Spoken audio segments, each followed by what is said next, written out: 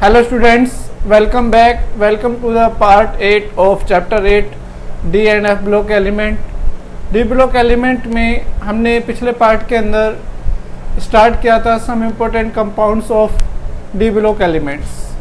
ठीक है, उसके अंदर हमने ऑक्साइड्स के बारे में पढ़ा था कि जो ऑक्साइड्स होते हैं उसमें हमने दो ट्रेंड्स पढ़े थे, या आप कह सकते हैं कि जो ट्रांजिशन एलिमेंट्स होते हैं उसके जो ऑक्साइड्स होते हैं उसकी दो प्रॉपर्टी हमने पढ़ी थी।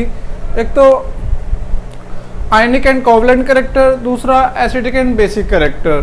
कि ऑक्साइड्स में अगर ट्रांजिशन मेटल की जो ऑक्सीडेशन स्टेट है वो जब चेंज होती है तो उससे आयनिक कैरेक्टर और कोवलेंट कैरेक्टर के ऊपर क्या फ़र्क पड़ता है और एसिडिक और बेसिक कैरेक्टर किस तरीके से वरी होते हैं। ठीक है, ये हमने उसमें किया था। अब हम नेक्स्ट पार्ट की तरफ चलते हैं। Second number that is halides. ठीक है, हैलाइड्स जो होते हैं they are formed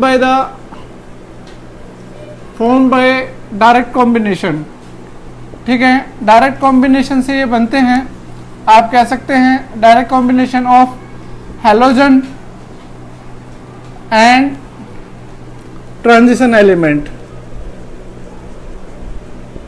transition element at high temperature. ठीक है, हाई टेम्परेचर क्यों चाहिए भाई हमें? क्योंकि ये जो रिएक्शन होती है इसके लिए एक्टिवेशन एनर्जी बहुत ज़्यादा होती है। ठीक है, एक्टिवेशन एनर्जी कौन सी होती है? किसी भी रिएक्शन को इनिशिएट करने के लिए जो एनर्जी चाहिए उसको एक्टिवेशन एनर्जी बोलते हैं। ठीक है, और जब हैलोजेंस का जो रिएक्टिविटी ऑर्डर है वो आपने पढ़ा है ग्रुप नंबर 17 में पी ब्लॉक एलिमेंट्स में। हैलोजन रिएक्टिविटी ऑर्डर किस तरीके से होता है? ये होता है FCl Br और I। ठीक है, इन सब में जो फ्लोरीन होता है, फ्लोरीन मोस्ट इलेक्ट्रोनेगेटिव होता है पूरे पीरियोडिक टेबल में। ठीक है, और आप कह सकते हैं it is most reactive non metal. ठीक है, तो इसी वजह से जो ट्रांजिशन एलिमेंट्स होते हैं, अगर आपसे पूछा जाए ट्रांजिशन एलिमेंट्स किस हैलोजन के साथ हायर ऑक्सीडेशन स्टेट शो करते हैं, they show higher oxidation state with oxidation state with fluorine. With fluorine क्यों? क्योंकि इसके एक तो ये हाईली इलेक्ट्रोनेगेटिव एलिमेंट होता है, दूसरा मोस्ट रिएक्टिव नॉन मेटल होता है। ठीक है, इस वजह से क्या होता है, ये हायर ऑक्सीडेशन स्टेट शो करता है। और जो फ्लोराइड्स होते हैं, फ्लोराइड्स जो होते हैं, फ्लोराइड्स ऑफ ट्रांजिशन एलिमेंट्स, वो क्या होता है, मोस्टली आयनिक होते हैं। ठीक है, क्योंकि इसका साइज बहुत छोटा होता है। एनाइन का साइज जितना कम होगा उसकी पोलराइजेबिलिटी उतनी ही कम होगी, जिसकी वजह से उसमें आयनिक कैरेक्टर बढ़ जाता है। अगर हम अदर हैलाइड्स की बात करते हैं या हायर ऑक्सीडेशन हैलाइड्स की बात करते हैं, हायर ऑक्सीडेशन हैलाइड्स क्या होता है, वो इजीली हाइड्रोलाइज हो जाते हैं। ठीक है, हाइड्रोलाइज हो जाते हैं, जैसे TiCl4 plus 2H2O, it will give TiO2 plus 4HCl। तो यहाँ पर आपने देखा जो TiCl4 है इसमें Ti की ऑक्सीडेशन स्टेट कितनी है, +4 है, तो ये इसलिए इजीली हाइड्रोलाइज्ड हो गया। ठीक है, दूसरा हमने बताया था जो फ्लोराइन के जो फ्लोराइड्स होते हैं वो आयनिक होते हैं, और अदर देन फ्लोरीन जो होते हैं, जैसे आप कह दो एक आपके पास है CuF2, CuBr2 और CuI2। तो इस सब में सबसे ज़्यादा आयनिक कौन सा? ये है, क्योंकि यहाँ पर फ्लोरीन का जो क्या है, स्मॉल साइज है। ठीक है, स्मॉल साइज है, हाई इलेक्ट्रोनेगेटिविटी है, इस वजह से CuF2 क्या हुआ, यहाँ पर आयनिक हुआ, और CuBr2 और CuI2 क्या हुए, वो कोवलेंट हुए। ठीक है, तो मैंने आपको बता दिया कि जो ट्रांजिशन एलिमेंट्स होते हैं वो सिर्फ फ्लोराइड्स और ऑक्साइड में ही अपनी हायर ऑक्सीडेशन स्टेट शो करते हैं, क्योंकि बहुत oxygen and fluorine are most electronegative element. ठीक है, आप बता सकते हैं। ठीक है, तो इस तरीके से आप बता सकते हैं। अब हम बात करते हैं नेक्स्ट कंपाउंड की, दैट आर सल्फाइड्स। सल्फाइड्स क्या होते हैं? जिसमें सल्फर के ऊपर 2 नेगेटिव चार्ज होता है, उसको क्या बोलते हैं? हम सल्फाइड बोलते हैं। ठीक है, तो आइए देखते हैं सल्फाइड्स किस तरीके से बनते हैं। सल्फाइड जो होते हैं वो भी डायरेक्ट कॉम्बिनेशन से बन सकते हैं, या आप कह सकते हैं कि इसमें जो सल्फाइड बनाने के लिए ट्रांजिशन एलिमेंट सल्फाइड के जो कंपाउंड होते हैं उनके साथ रिएक्शन करता है और फिर सल्फाइड बनाता है। लेकिन ट्रांजिशन एलिमेंट सल्फाइड के अंदर मोस्टली +2 ऑक्सीडेशन स्टेट शो करते हैं, क्योंकि जो सल्फर होता है वो इतना ज़्यादा ऑक्सीडाइजिंग एजेंट नहीं होता है, या आप कह सकते हैं कि उसकी इलेक्ट्रोनेगेटिविटी इतनी ज़्यादा नहीं होती है, इसलिए सल्फाइड्स में लोअर ऑक्सीडेशन स्टेट ही शो करते हैं। ठीक है, आपसे क्वेश्चन किसी भी तरीके से पूछा जा सकता है। ठीक है, तो हम थर्ड कंपाउंड की बात करते हैं, दैट इज सल्फाइड। ठीक है, सल्फाइड जो बनते हैं या तो डायरेक्ट सल्फर और H2S या Na2S solution reacts with transition metals. ठीक है, आए समझ में? इसमें आपको पता चल गया कि जो डायरेक्ट जो सल्फर है वो या तो डायरेक्ट सल्फर ट्रांजिशन एलिमेंट के साथ रिएक्शन करेगा, या H2S या Na2S का सॉल्यूशन होगा, उसके साथ रिएक्शन करा के हम सल्फाइड्स बना सकते हैं। तो आप बता सकते हैं इन सल्फाइड्स लोअर ऑक्सीडेशन स्टेट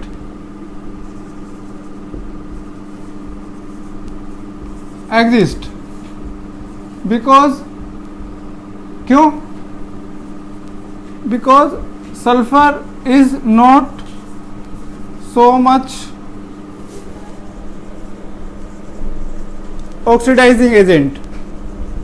ठीक है, आए समझ में आपको कि जो सल्फर होता है वो उतना ज़्यादा ऑक्सीडाइजिंग एजेंट नहीं होता है, इसलिए इसके कंपाउंड्स में ये या तो +2 या +3 ऑक्सीडेशन स्टेट शो करते हैं। ठीक है, तीसरा आप कह सकते हैं इसमें कि जो सल्फाइड्स होते हैं वो कलर्ड होते हैं और मोस्टली ब्लैक होते हैं। ठीक है, और इनसॉल्युबल इन वाटर होते हैं। सिर्फ इसमें आपको इतना ही याद रखना है, अगर आ जाता है, वैसे तो पूछा नहीं जाता है क्योंकि आपकी बुक के अंदर जो एनसीईआरटी है उसके अंदर सिर्फ ऑक्साइड्स और फ्लोराइड्स दे रखा है, लेकिन फिर भी आपको सल्फाइड के बारे में पता होना चाहिए। अगर आप किसी कंपटीशन की तैयारी कर रहे हैं तो वहाँ पर ये पूछा जा सकता है। ठीक है, now we will talk about the next compound, that is potassium permanganate. Potassium dichromate. Potassium permanganate इसके बाद आएगा। ठीक है, इसका फॉर्मूला होता है K2Cr2O7। ठीक है, इसको डाइक्रोमेट बोलते हैं और ये पोटेशियम, तो ये हो गया पोटेशियम डाइक्रोमेट। तो इसके ऊपर जो चार्ज होता है Cr2O7 2 नेगेटिव होता है। ठीक है, इसमें जो क्रोमियम होता है उसकी ऑक्सीडेशन स्टेट +6 होती है। ठीक है, ये आप देख लो, क्रोमियम की मैक्सिमम ऑक्सीडेशन स्टेट भी +6 होती है। तो ये अपनी मतलब हाईएस्ट ऑक्सीडेशन स्टेट में है, यहाँ से इसकी ऑक्सीडेशन स्टेट बढ़ नहीं सकती लेकिन घट सकती है। तो जहाँ पर किसी कंपाउंड के अंदर किसी एलिमेंट की ऑक्सीडेशन स्टेट डिक्रीज होती है तो वो as a oxidising agent work करता है। ठीक है, तो ये हमेशा एज ए ऑक्सीडाइजिंग एजेंट ही वर्क करेगा। तो सबसे पहले हम बात करते हैं इसके प्रिपरेशन की। ठीक है, प्रिपरेशन जो होता है इसका अलग अलग स्टेप्स में होता है। ठीक है, तो पहला स्टेप ये है कि भाई हम क्रोमाइट ओर लेते हैं। Chromite ore, what is the formula of chromite ore? That is FeCr2O4, या आप कह सकते हैं FeOCr2O3, दैट इज क्रोमाइट ओर। ठीक है, तो क्रोमाइट ओर की रिएक्शन हम किसके साथ कराते हैं? हम कराते हैं सोडियम कार्बोनेट के साथ in the excess of air, then you will get the yellow coloured compound. Means आपको सोडियम क्रोमेट का कंपाउंड मिल जाएगा। ठीक है, तो आइए देखते हैं। आपने क्या 4FeCr2O4 plus 8 Na2CO3 plus 7O2. You have to remember this because in NCERT exercise it is asked how will you prepare potassium dichromate from chromite ore. तो इस तरीके से आपको पूरा लिखना है कि भाई जब हम क्रोमाइट ओर को फ्यूज करते हैं सोडियम कार्बोनेट के साथ in the excess of air it will give the yellow coloured compound that is called, आपको येलो कलर का कंपाउंड मिल जाएगा Fe2O3 plus 8 Na2CrO4 plus 8 CO2। ठीक है, तो ये आपको क्या मिल जाता है, आपको मिल जाता है सोडियम क्रोमेट। ठीक है, फिर उस सोडियम क्रोमेट को हम किसके साथ रिएक्शन कराते हैं, जो सोडियम क्रोमेट होता है उसका कलर क्या होता है, येलो होता है। तो क्रोमेट में तो येलो होता है और डाइक्रोमेट में इसका कलर क्या होता है, ऑरेंज होता है। ठीक है, ऑरेंज कह सकते हैं आप या रेडिश ऑरेंज, मोस्टली बुक्स के अंदर ऑरेंज लिखा हुआ होता है। ठीक है, तो आप उस तरीके से इसको बता सकते हैं। ठीक है, आया समझ में। तो इसके अंदर क्या होता है, इसमें जब आपके पास Na2CrO4 आ जाता है that is sodium chromate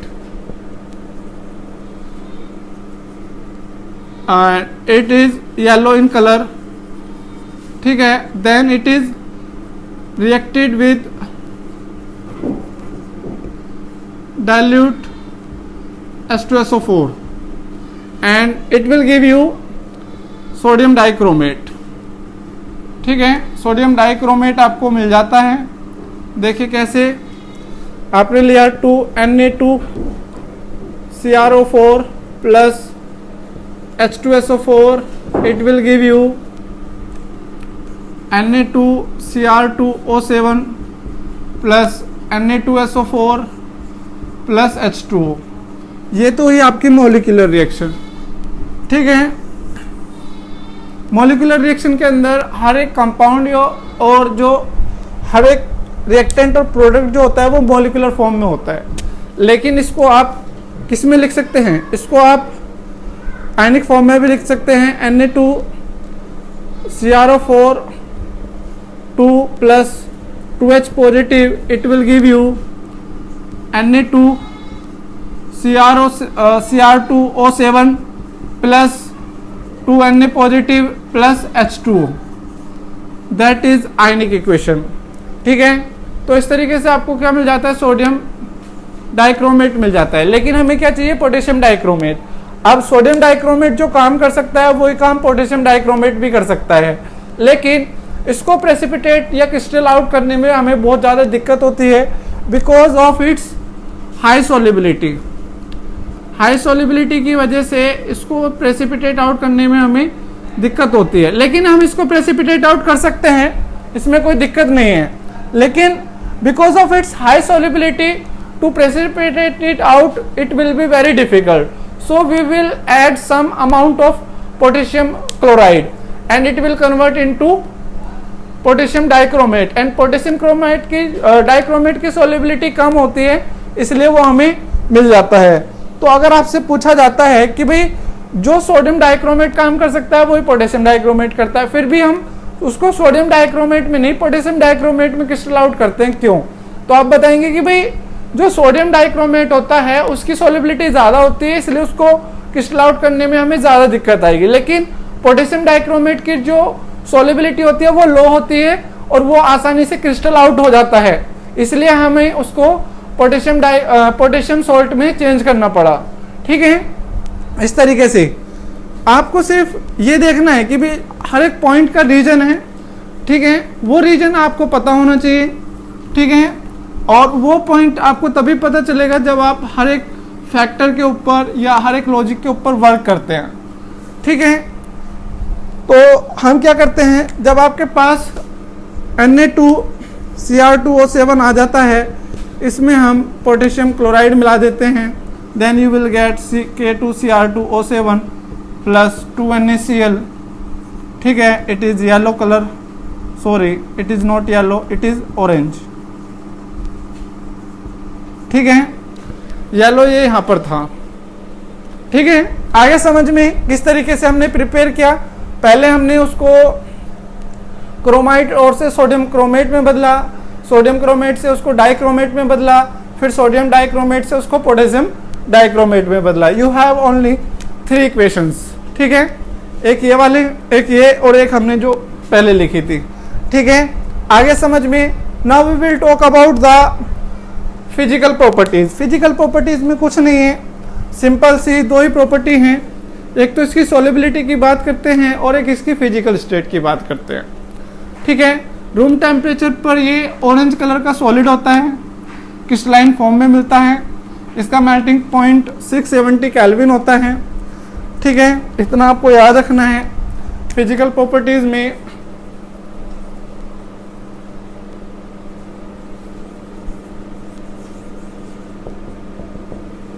physical properties के अंदर आपको ये बताना है, ये सॉलिड होता है, ऑरेंज क्रिस्टलाइन सॉलिड होता है। ठीक है, और इसका जो मेल्टिंग पॉइंट होता है 670 केल्विन होता है। दूसरा जो पॉइंट है वो है इट इज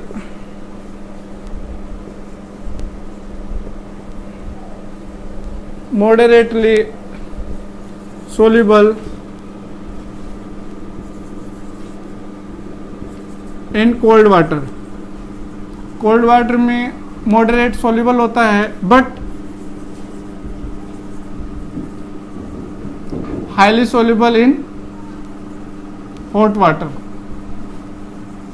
ठीक है, तो अगर आपसे पूछा जाए कि जो पोटेशियम डाइक्रोमेट होता है उसकी सोल्युबिलिटी हॉट वाटर में क्या होती है, तो वो हॉट वाटर में हाईली सोल्यूबल होता है और कोल्ड वाटर में मॉडरेट सोल्यूबल होता है, हार्डली सोल्यूबल होता है। Now we will talk about the chemical properties. ठीक है, ये जो कंपाउंड है, एक आपके पास आया है डाइक्रोमेट, पोटेशियम डाइक्रोमेट, और एक आएगा पोटेशियम परमैंगनेट। इन दोनों कंपाउंड्स का आपके पॉइंट ऑफ मतलब एग्जाम के पॉइंट ऑफ व्यू से, ये आप कह सो कि एग्जामिनेशन पॉइंट ऑफ व्यू से बहुत ज़्यादा इंपॉर्टेंट है, क्योंकि ऑक्सीडाइजिंग एजेंट के तौर पर इन्हीं को हम यूज़ करते हैं। ऑर्गेनिक केमिस्ट्री में भी हम यूज़ करेंगे एज ए ऑक्सीडाइजिंग एजेंट इनको। तो इसलिए आपको पता होना चाहिए कि अगर आपको कहीं पर भी एसिडिफाइड K2Cr2O7 मिल जाता है तो इसका मतलब है वो उसको ऑक्सीडाइज कर रहा है, जैसे आपने 10th क्लास में भी पढ़ा था। ठीक है, वैसे 10th क्लास का इतना याद नहीं है आपको, कोई बात नहीं, हम यहाँ पर देख लेते हैं। केमिकल प्रॉपर्टीज में सबसे पहले पढ़ते हैं हम एक्शन ऑफ हीट। ठीक है, एक्शन ऑफ हीट में क्या होता है, ये इसको डिकम्पोज कर देता है, डिकम्पोज्ड इनटू किसमें, एक तो पोटेशियम क्रोमेट में बन जाएगा।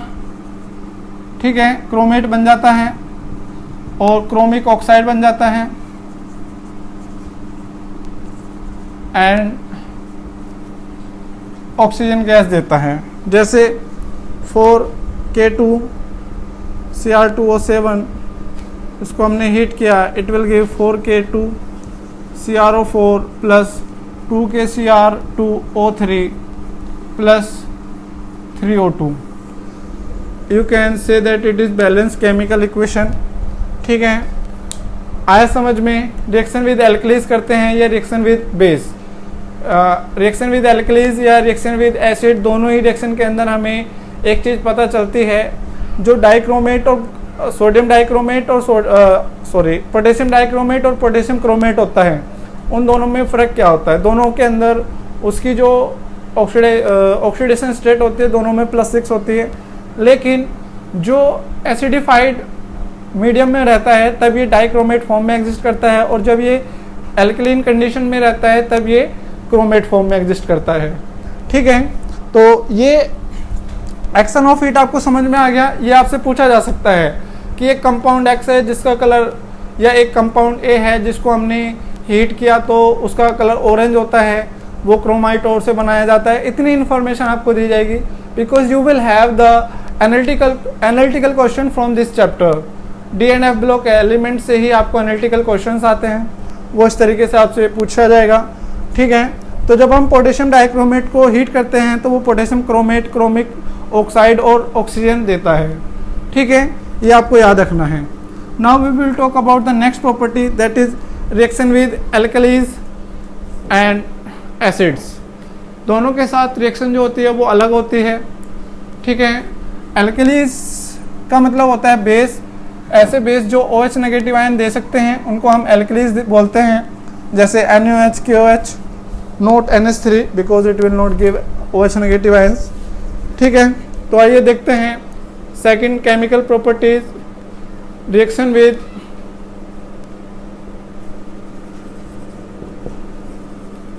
एल्कलीज। एल्कलीज के साथ रिएक्शन देखते हैं तो क्या होता है, K2Cr2O7 plus NaOH, it will give you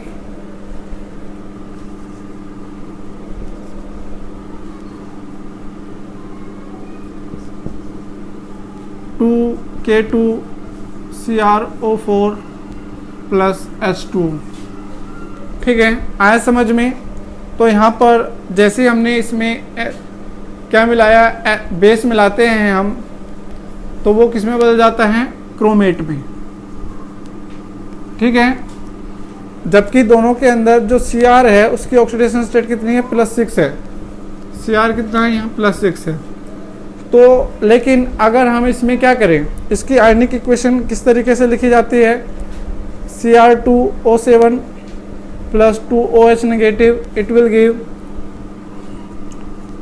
2CrO4 negative plus H2, that is ionic equation. ये भी आपको आनी चाहिए, क्योंकि आयनिक इक्वेशन और मॉलिक्यूलर इक्वेशन दोनों आपको आनी चाहिए, किस तरीके से हम उसको कर सकते हैं। ठीक है, मैंने बताया था इसके ऊपर 2 नेगेटिव चार्ज होता है। ठीक है, यहाँ पर इसके ऊपर 2 नेगेटिव और यहाँ 2 नेगेटिव, तो टोटल इधर हो गया 4 नेगेटिव, 2 और 2 4, तो 4 नेगेटिव इधर, 4 नेगेटिव इधर, तो हमारा चार्ज बैलेंस है, इक्वेशन बैलेंस है। ठीक है, आयनिक इक्वेशन के अंदर आपको ये देखना होता है कि दोनों तरफ जो चार्ज है, नेट चार्ज बैलेंस है या नहीं है। ठीक है, लेकिन अगर हम इसमें क्या कर दें, इसमें अगर हम एसिड ऐड कर दें तो इट विल कन्वर्ट इनटू, अगर आप इसमें H पॉजिटिव आयन ऐड कर देंगे, Cr2O7 2 नेगेटिव प्लस H2O आपको वापस मिल जाता है। तो अगर हम क्रोमेट के अंदर CrO4 2 नेगेटिव प्लस H2O करते हैं, 2H पॉजिटिव करते हैं, it will give Cr2O7 2 negative plus H2O। ठीक है, तो आप कह सकते हैं इन एसिडिक मीडियम, ठीक है, in acidic medium Cr2O7 exist करता है, और इन बेसिक मीडियम या alkaline medium CrO4 2 negative exist करता है। ठीक है, आपको इन दोनों बातों का ध्यान रखना पड़ेगा। ठीक है, आया समझ में। तो ये बहुत ज़्यादा इम्पोर्टेंट है कि आपसे पूछा जाता है what is the effect of dichromate, what is the effect of pH on dichromate. तो आप बताएंगे अगर pH अल्कलीन हो जाती है, मीन्स 7, 8 या 9 हो जाती है, then it will convert into chromate form. ठीक है, और अगर क्रोमेट फॉर्म को अगर हम किसमें एसिडिक मीडियम में कर देते हैं तो वो डाइक्रोमेट में बदल जाता है, जैसे यहाँ पर। ठीक है, आगे समझ में। तो दोनों के अंदर +6 ऑक्सीडेशन स्टेट होती है, इसलिए इंटर कन्वर्टिबल होते हैं। तो आपसे पूछा जाएगा why dichromate and chromate are interconvertible, तो they depend on the pH of the solution, but they can exist in neutral. Neutral medium में दोनों एग्जिस्ट कर सकते हैं, इसलिए जब हम इनका सॉल्यूशन बनाते हैं तो वो न्यूट्रल में बनाते हैं। ठीक है, in neutral medium both exist. ठीक है, ये आपको पता होना चाहिए। ठीक है, now we will talk about the next, that is chromyl chloride test. ये बहुत बार पूछा जाता है, और जो क्रोमिल क्लोराइड टेस्ट होता है, it is use for the detection of chloride ion presence in the given sample. किसी भी सैंपल में, जैसे SO2 की डिटेक्शन के लिए हम पोटेशियम परमैंगनेट या फेरस सल्फेट सॉल्यूशन यूज़ करते हैं, उसी तरीके से यहाँ पर भी हम क्या करते हैं, यहाँ पर हम पोटेशियम डाइक्रोमेट यूज़ करते हैं Cl negative ion means chloride ion की प्रेजेंस को डिटेक्ट करने के लिए। तो आइए देखते हैं क्रोमिल क्लोराइड टेस्ट क्या होता है।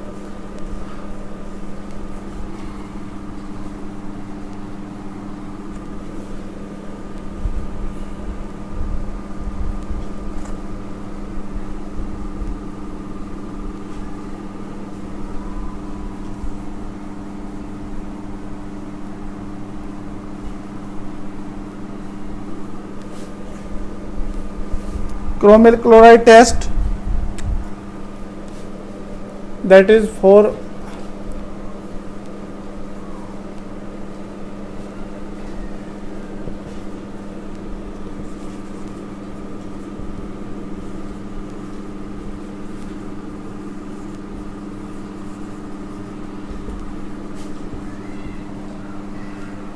ठीक है Cl नेगेटिव आयन के लिए। तो अगर Cl नेगेटिव आयन जो होते हैं वो NaCl फॉर्म में होते हैं, क्योंकि हम लेजेग्ने एक्सट्रैक्ट बनाते हैं उस सैंपल का, तो सोडियम एक्सट्रैक्ट बोलते हैं, सोडियम के साथ रिएक्शन कराते हैं, तो जितने भी एनायन होते हैं वो NaCl, NaCN इस तरीके से सोडियम सल्फाइड सोडियम के साथ रिएक्शन कर लेते हैं। तो क्रोमिल क्लोराइड टेस्ट में CrO2Cl2 बनता है, ठीक है, that is chromyl chloride test. ठीक है, आया समझ में। तो इसमें क्या होता है 2K2Cr2O7 डाइक्रोमेट होता है, इसको हम कंसंट्रेटेड सल्फ्यूरिक एसिड के साथ हीट करते हैं with the solution of chloride. ठीक है, NaCl के साथ इसको in the presence of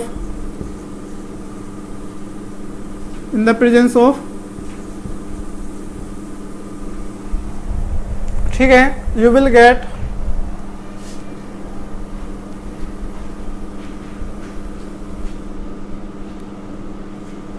okay, let's see.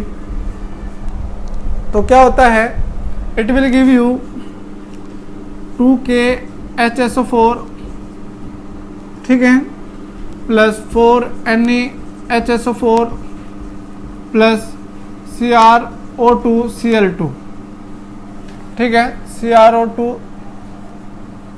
Plus 3H2, ये क्रोमाइल